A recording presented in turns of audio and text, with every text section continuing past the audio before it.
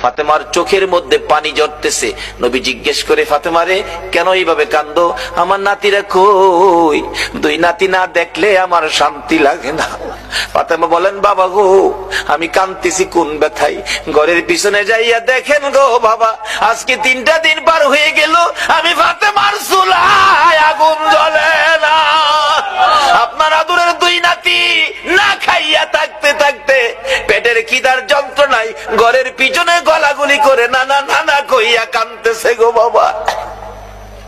আমার নবী পিছনে যাইয়া দেখে গলাগুলি করে নানা নানা কইয়া কাঁদতেছে।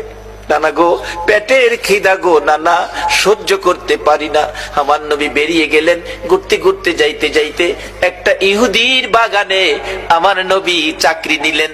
কুয়ার থেকে পানি উঠাবেন, গাছের গোড়ায় পানি দিবেন, পানি উঠাবেন, 1 বালতি পানি 8টা, 1 বালতি পানি 3টা করে খেজুর, এইভাবে 8 বালতি পানি উঠাইয়া হাসাইন হুসাইনের মায়ায় আমার নবী বাগানে চাকরি পর্যন্ত নিয়েছে। এই ভালোবাসার হাসাইন হুসাইনে কষ্ট পাবে, এই কাজ আপনারা কইরেন না।